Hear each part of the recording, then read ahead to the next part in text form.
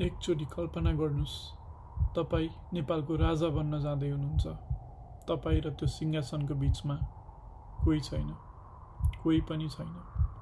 तर ठ्याक्कै त्यही क्षणमा तपाईँ आफैलाई गोली हान्नुहुन्छ। किन?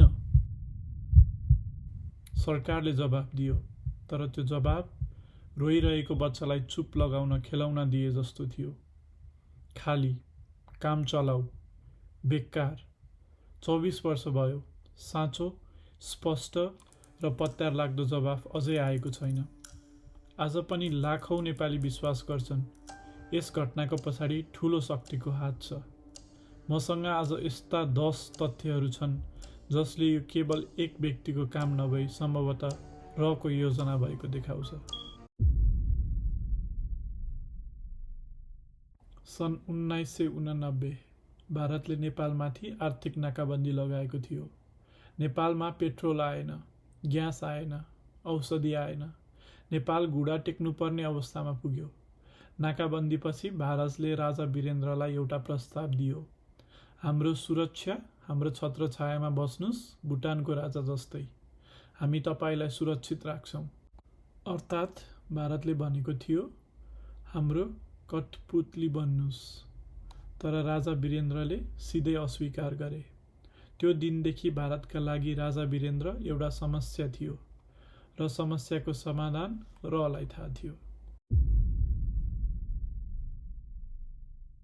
विक्रम सम्वत 2057 साल राजा वीरेन्द्र चीन भ्रमणमा गए। बाहिरबाट सामान्य राजकीय भ्रमण जस्तो देखिन्थ्यो, तर भित्री कुरा भने अर्कै थियो। चीनसँग रणनीतिक सम्बन्धको नयाँ अध्याय सुरु हुँदै थियो। हतियार आपूर्तिको कुरा उठिरहेको थियो। नेपाली सेनालाई चीनले सहयोग गर्ने सम्भावना बढिरहेको थियो।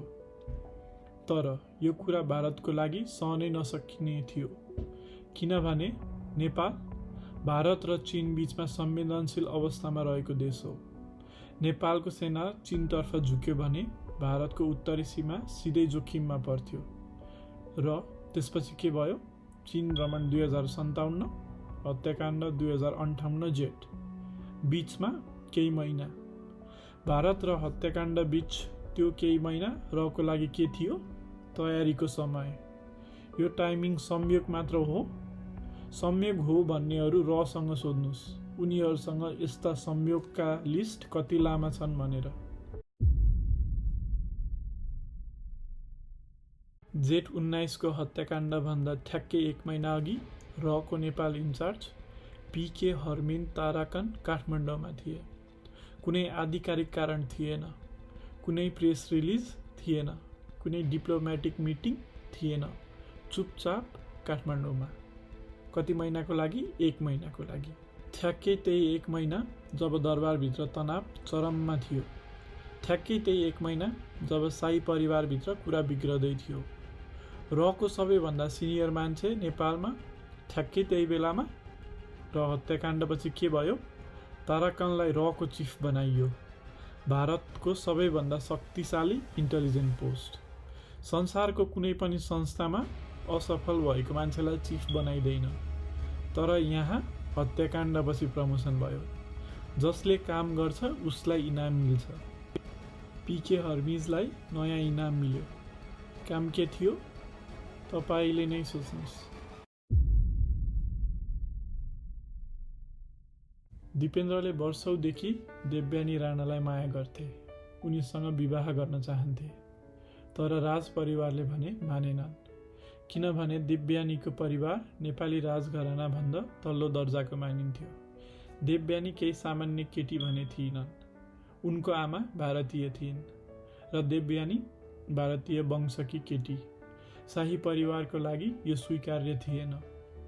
हत्याकाण्डको राति 7 देखि 9 बजेसम्म देवयानी लाजिमपाटमा थिइन्, ठ्याक्कै भारतीय दूतावास नजिकै। उनले दिपेन्द्रको बडीगार्डलाई फोन गरेर सुधिरहेकी थिइन्, दिपेन्द्र कहाँ छ? दिपेन्द्र के गर्दैछ? दरबारभित्र गोली चलिरहेको थियो। दिव्यानी भने बाहिर थिइन्, भारतीय दूतावास नजिकै दिपेन्द्रलाई फोन गर्दै। र तपाईले माया गरेको मान्छे अस्पतालको बेडमा मर्दैछ भने तपाई भाग्नुहुन्छ? तर हत्याकाण्डको भोलिपल्ट दिव्यानी दिल्ली भागिन्।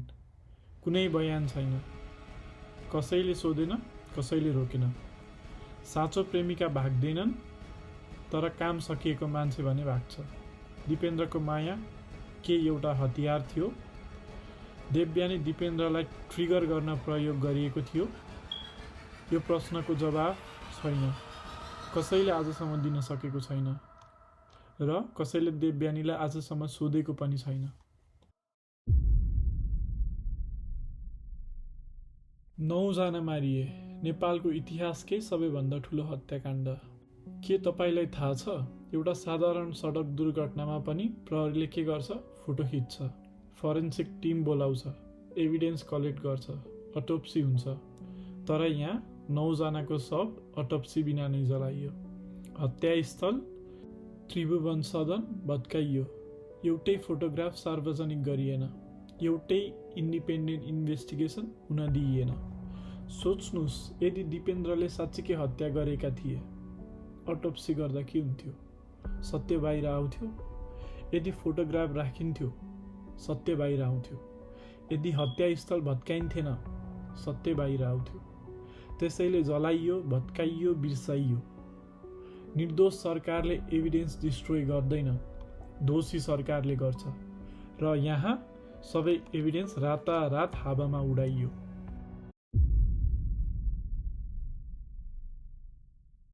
अब म जे भन्न जाँदैछु यो कुनै थ्योरी होइन, कुनै अनुमान होइन, यो बस एउटा फ्याक्ट हो। दिपेन्द्र बायाँ हाते थिए। बायाँ हातले लेख्थे, बायाँ हातले खान्थे, बायाँ हातले काम गर्थे। दरबारका सबैलाई थाहा थियो, सेनाका सबै अधिकारीहरूलाई थाहा थियो दिपेन्द्र बायाँ हाते थिए। तर उनको टाउकोमा गोलीको घाउ दायाँ कानमाथि थियो, दायाँतर्फ। अब सोच्नुस्, नसामा चुर, भर्खरै 9 जना मारेर हातमा बन्दुक लिएको मान्छेले आफ्नो नन डोमिनेन्ट हातले आफ्नै टाउकोमा गोली हान्छ। एकपटक तपाईँ आफै गर्नुस्, तपाईँको जुन हात कमजोर छ त्यही हातले आफ्नो विपरीत तर्फको कानमाथि औँला राख्नुस्। अप्ठ्यारो लाग्यो? अब सोच्नुस्, नसामा चुर, भर्खरै 9 जना मारेको मान्छेले ठ्याक्कै यसरी आफ्नो कमजोर हातले आफ्नो विपरीत तर्फ सटिक रूपमा गोली हाल्यो। यो सम्भव छैन।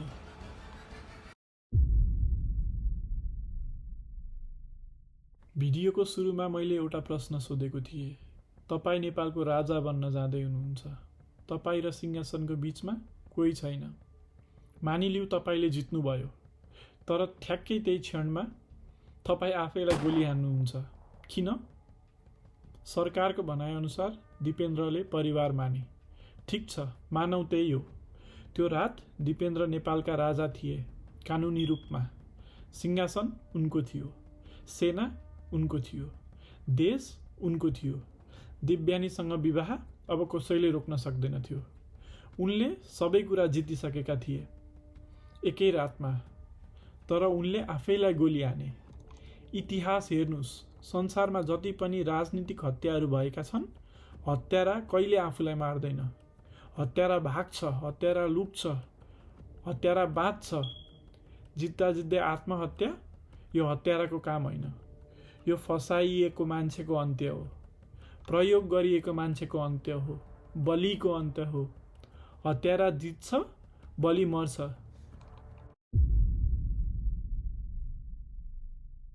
त्यो रात नारायणहिडी दरबारमा शाही परिवारका सबै सदस्य थिए। राजा वीरेन्द्र थिए, रानी ऐश्वर्या थिइन्, राजकुमार निराजन थिए, राजकुमारी श्रुति थिइन्, सबै थिए। केवल एकजना थिएनन्, ज्ञानेन्द्र, राजा वीरेन्द्रका भाइ। उनी त्यो रात चितवनमा थिए। उनका छोरा पारस पनि दरबारमा थिएनन्। बाबु र छोरा दुवै थिएनन् र दुवै बाँचे। अब हेर्नुस् के भयो। हत्याकाण्ड भयो। दिपेन्द्र कोमामा गए।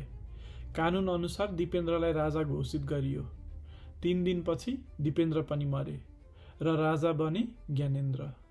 त्यही मान्छे जो त्यो रात दरबारमा थिएनन्, जसको परिवार एक्लै बाँच्यो, जसले सिंहासन पायो।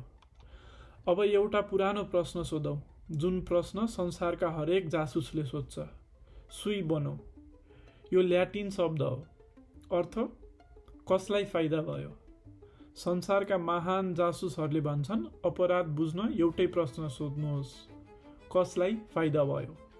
त्यो रात सबैभन्दा बढी फाइदा भयो ज्ञानेन्द्रलाई, र ज्ञानेन्द्र ठ्याक्कै त्यो रात दरबारमा थिएनन्।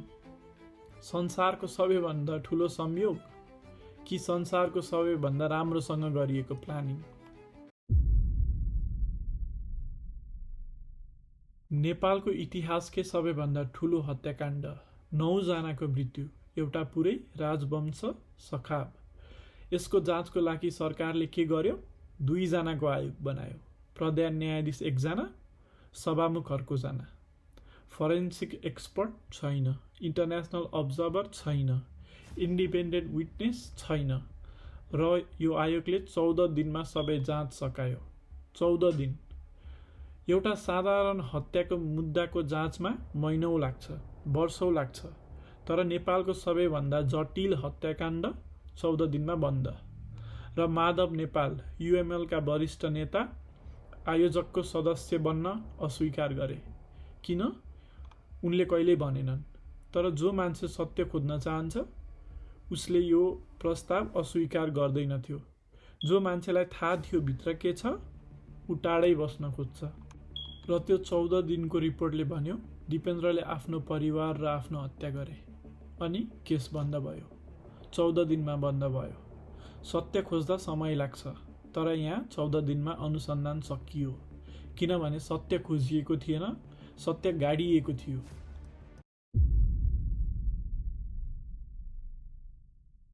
र अब हेरौँ हत्याकाण्डपछि नेपालमा के भयो।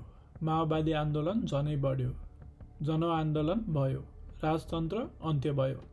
नेपाल त्यतिखेरको संसारको एकमात्र हिन्दू राष्ट्र, सेकुलर राज्यमा घोषित भयो। नेपालको सेना र परराष्ट्र नीतिमा भारतको प्रभाव बढ्यो। यी सबै कुरा राजा वीरेन्द्र जीवितै हुँदा कहिल्यै हुन सक्दैनथ्यो। एक कुरा उनले रोक्थे, जस्तो रोक्दै आएका थिए, तर उनी गएपछि एकपछि अर्को भारतले चाहे जस्तो सबै भयो। र एक पटक फेरि तपाईहरूलाई सोध्न चाहन्छु, सुई बनौँ, कसलाई फाइदा भयो राजा वीरेन्द्रको मृत्युबाट? सबैभन्दा बढी फाइदा कसलाई भयो फेरि? जवाब तपाईँको आफ्नै मनमा छ।